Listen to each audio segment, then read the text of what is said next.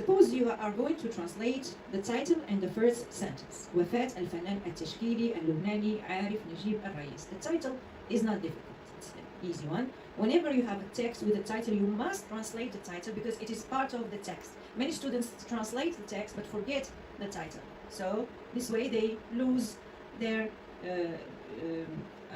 their translation loses its value, you know, and it affects the grade automatically. Here we have توفي الجملة الفعلية, and then الفنان التشكيلي اللبناني عارف نجيب الرئيس. All this is the subject. Then we have أحد مؤسسي الحركة الفنية اللبنانية المعاصرة. For me, this from أحد until المعاصرة, it can be the beginning of the sentence in English. One of the possible translations. We can say, for example, after co-founding the Lebanese contemporary artistic movement in attaining outstanding accomplishments on the regional, Arab, and international levels, then we state the subject. The Lebanese painter Arif Najib El-Rais died at the age of 77. This is one of the possibilities. The other possibility is to start by the subject. You can say, the Lebanese painter Arif Najib El-Rais died at the age of 77, comma, after co-founding the Lebanese contemporary artistic movement, etc. So this shows that there are so many ways to translate. You just need to convey the exact meaning, right? So, توفي الفنان. Here, the sentence changes completely. As I said to you in our previous lesson, that what is the beginning of a sentence might become the end, and what is the end might become the beginning. This is very, very normal in translation, because we are not translating word by word, but we are interested in the meaning. Let's again do together another sentence. وذكر أحد النقاد اللبنانيين أن عارف الرئيس ظل يصور الموت في لوحات قديمة له وحديثة حتى حل فيه. Here, حتى حل فيه is a figurative language. It means حتى تحول الموت من فنه إلى حياته الخاصة. وظل يداعب. Look at the verb يداعب. لا يداعب طفل بل يداعب الطبيعة بألوان الفرح والحب ويفتح ألوان الزهور على قماشات بيض حتى باتت ضحكته علامة فارقة في وجهه. Here I have again put in red very important words and also حرف الواو in Arabic. It is very normal to find sentences in Arabic beginning with wa. وذكر. This sentence comes as an addition to what was mentioned before. But we can find الواو repeated in many sentences. Wa. In English, however, you have to be careful. You cannot start a sentence with and. You have to see the exact way to link these two sentences, give the meaning, and at the same time the correct grammar and sentence structure. ذكر أحد النقاد اللبنانيين أن عارف كذا وكذا. Here, if you read this sentence again, you will find that we have two opposite things. We have الموت and we have الفرح. الحب, ألوان الزهور, الضحكة, etc. Which shows what? It shows that the writer was sometimes optimistic, but on other occasions he was pessimistic. This is what you have to use as keywords in your translation.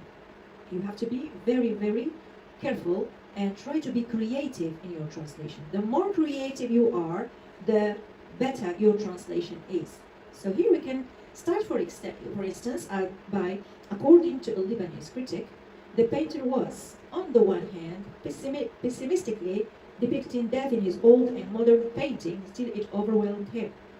And on the other, he was a landscape painter with optimism and a perpetual smile who used sublime colors to portray on his canvases the power of nature, joy, love, and light-colored flowers with a perpetual smile of an optimistic.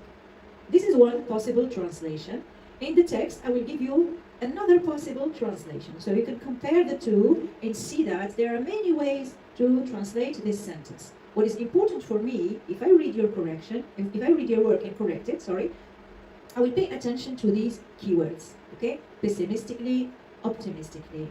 Pessimism, optimism. And then linking words on the one hand, on the other. Or you can give the first one on pessimism and say, however, on other occasions, and etc. So pay attention to these key words and also to the differences between English and Arabic in terms of rhetoric, al-balagha. Because same as English, Arabic has, let's say, comparisons, personification, and many other techniques. Here, حتى حل فيه, we can translate it as till it overwhelmed him. He was overwhelmed by death. And يداعب الطبيعة. Where is يداعب here? Where is it gone? Yes, to portray on his canvases the power of nature, joy, love, and light-colored flowers. So translation, to conclude, translation is a process which is never done word by word. Our target, okay, remember I told you we move from the source language to the target language. Our target is the meaning, and we have to convey it in the most perfect equivalent style. Okay, let's now move to the last step. So, the death of the Lebanese artist Arif Najib El-Rais. After co-founding the Lebanese contemporary artistic movement and attaining outstanding accomplishments locally, regionally, and internationally, the Lebanese painter Arif Najib El-Rais died at the age of 77. According to a Lebanese critic, the painter was, on the one hand, pessimistically. Remember, I told you I will give you another translation. So before, I just used optimism. Now I used optimistically. So this sentence, compared with the previous one, can show you that there are many ways to translate.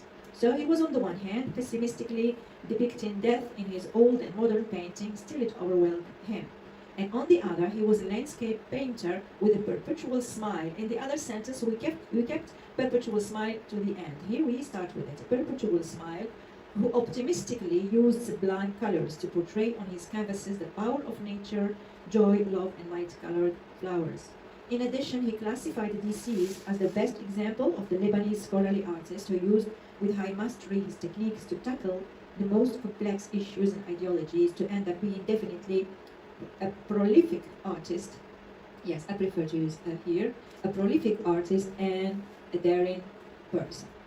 The veteran artist was through his brush strokes, darbat risha. Here you will see, like as I told you last time, that sometimes the use of the singular and plural varies from Arabic into English. So Arabic favors the singular, but English the plural. Darbat risha, in English we have brush strokes. 20 دولة, in English we have 20 countries. Okay, brush strokes and colors motifs continuously oscillating between realism. الترحال يعني أحيانا في المدرسة الواقعية وأحيانا في المدرسة التجريدية إلى غير ذلك. So oscillating between realism or the abstract, seriousness or funniness, in between creative or spontaneous painting.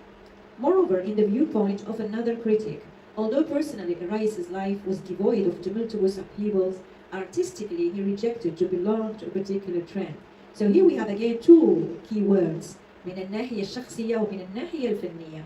So personally and artistically. These keywords are very important in translation, so you have to be careful while you are translating. You must transmit your message as faithfully as you can. He rejected to belong to a particular trend and preferred to remain a renovator and a revolutionary, challenging antithesis and self-defining the power of his techniques in exploring subjectively and individually his preoccupations and artistic trends.